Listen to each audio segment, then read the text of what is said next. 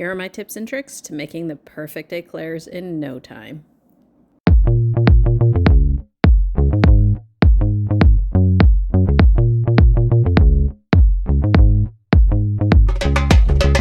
I always loved eclairs from the time I was a little girl, but I hate buying them in the store only because of the filling and sometimes because of the crust too. If you give me 5 minutes, I'm going to share with you a couple of tips and tricks to make sure that your eclairs come out on the first go, including my favorite pastry cream.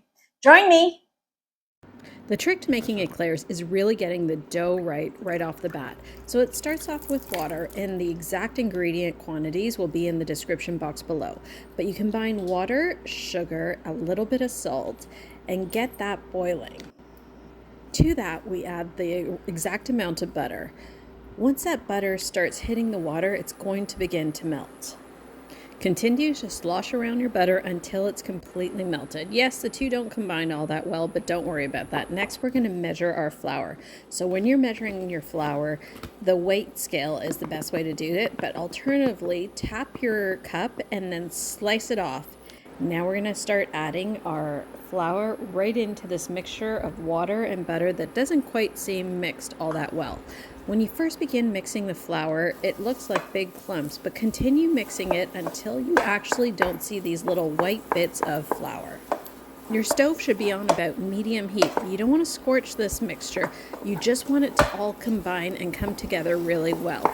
It should sort of begin to form what I call a ball against the sides of your bowl. At that point, your mixture is ready. You can turn your stove off and continue to mix for another 2 to 3 minutes. Throw this into a stand mixer at this point. Let it cool for a hot second. Run your stand mixer for another minute and a half to cool down this mixture for a hot second. It's time to add your eggs. Add them one at a time and let it combine for another 30 to 40 seconds before you add your next egg, just to make sure you don't necessarily need another egg. You always keep an extra egg on handy in case the mixture is not viscous enough for you to pipe. That extra egg comes in handy, but otherwise give it a minute to really incorporate it through and see what it does for the entire mixture. Right now it still looks pretty chunky and not combined well enough, so I'm going to add one more egg, and you'll see that this one last egg makes a world of difference. So now the mixture is this consistency, which is exactly what you're looking for. If it's too thick, it's really hard to pipe. If it's too thin and runny, it just spreads all over your parchment paper or your baking sheet. So what I do is I leave a big chunk on the paddle and see how long it takes to drip off. Using a glass cup, I take my piping bag and fold it over the glass cup. I find this is the easiest way to fill the glass cup with my mixture. Just take one scoop at a time and fill it up. You can tap the glass slightly so that you get all the air bubbles out and you don't have a big pocket of air when you're piping this out. Leave some room at the top so that you can actually squeeze the bag and tie a knot at the top. Using a bench scraper, you can push all of your mixture right to the top of the piping bag. I squeeze my finger around the top so that it doesn't have a chance to come out, and twist it a couple of times to really secure it. I use a star tip, and I don't do the typical eclair extrusion. I do a little bit of push, pull, and pull the end right to the top. If I'm making little puffs, use a little pastry to cement that parchment paper down, and then just extrude a little bit of your mixture and top it off just like that. Once they're done, I let it sit for about 2 minutes and make sure your oven is at the correct temperature. These little cream puffs go so well in my house, and at the top, just to make sure you don't have a sharp tip that burns, just put a little bit of water on the tip of your finger and pat it down. So it's ready for the oven. It starts at 425 for 15 minutes. After the time's run out, drop your temperature down to 375 and put an additional 20 minutes, but check it at 15 just in case. I pierce a little hole at the bottom to let all the steam out and to let it dry out a little bit, especially the cream puffs. As your eclairs come out of the oven, your house will smell absolutely magical. It's time to put holes in the back of the eclairs to do the same thing, release the steam. Ooh, they're cracked. It's time to make our simple pastry cream. You can use whipped cream if you'd prefer, but if not, follow this easy pastry cream recipe by separating the egg whites and the yolks. Save your egg whites for a beautiful omelet. It's the yolks that we're actually after, and we're going to combine our yolks with a few other ingredients. Warm up your milk in a pot that has enough room to accommodate your egg yolks and mixture as well. Place this on medium heat and let it warm up gently for the next 3 to 5 minutes. Add sugar to your milk and stir it well to dissolve. Now we're going to add a different amount of sugar to the egg yolks along with some cornstarch, and we're going to whisk it up well.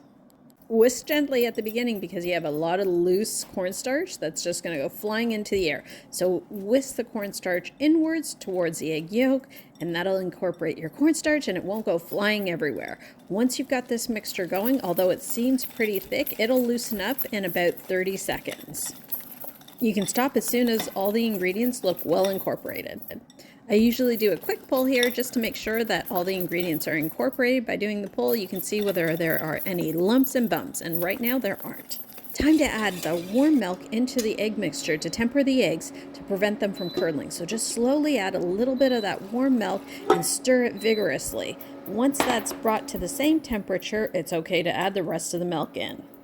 Actually, at this point, I add the tempered eggs right back into the milk. So it's not adding the milk back in, but rather the entire mixture gets combined by adding your egg mixture back into the milk. We're going to put it back on the stove on medium heat and stir vigorously until it thickens up. You can drop the temperature if you'd like. What you really don't want is for the bottom to burn, because then you'll get burnt brown bits in your custard, which is never pleasant.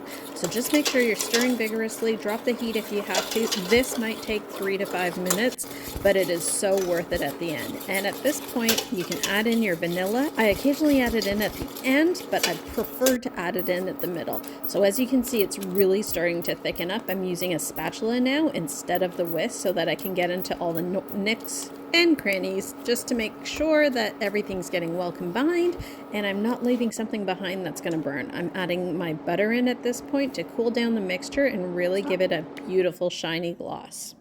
I need this to cool down for a little bit, and so in this particular instance I did add the vanilla at the end, but I prefer to add it at the beginning. I also add in a hint of salt just to bring out more of the flavor of the mixture, and I'm going to continue to stir it really well until the vanilla is all combined, the butter is all melted, and then I'm going to let it cool down before I start filling the eclairs. As it cools down, you're going to notice that your pastry cream is really going to thicken up, and that's exactly what you're looking for. I do the same thing with my pastry cream by filling it into a piping bag with a straight tip at the end. And once I've filled it about 3/4 way, giving myself room to extrude and wrap my finger around, it's time to shake it down so that I get rid of all of the air bubbles that are in the pastry bag. And from the holes that I've made earlier, I just push and fill the entire eclair. It's that simple. Because you're filling an eclair blind, you might not know when it's done. My rule of thumb is that when the pastry fillings start popping out the top of that hole, it's time to stop because there's nowhere else for the pastry cream to go. I love adding chocolate on top of my eclairs, but I generally don't add so much that there's an entire layer of chocolate. So I break up a bar of chocolate into a microwave-safe bowl. I put it in the microwave for 30 seconds, pull it out, stir it for another 30 to 45 seconds, just till it loosens up a little bit because the bowl's still going to hold the heat, and then it goes back into the microwave for another 45 seconds. Stir it for another 2 to 3 minutes and you have a chocolate mixture that you can absolutely use to spread over your eclairs. I drizzle chocolate over the eclairs in a horizontal pattern and let it set for another 5 to 10 minutes. If you're in a hurry, throw it in the freezer for 5 minutes and these are absolutely perfect at that point. I love baking as much as I love cooking, so I hope you join me for more easy, delicious recipes. If in fact you wanted to make this go even quicker, just make the choux pastry and make the eclair shells. You can buy vanilla pudding or just pastry cream and put that inside. And of course, the chocolate on top is always optional, but it never hurts. I hope you've enjoyed this video. Subscribe for more great, easy recipes.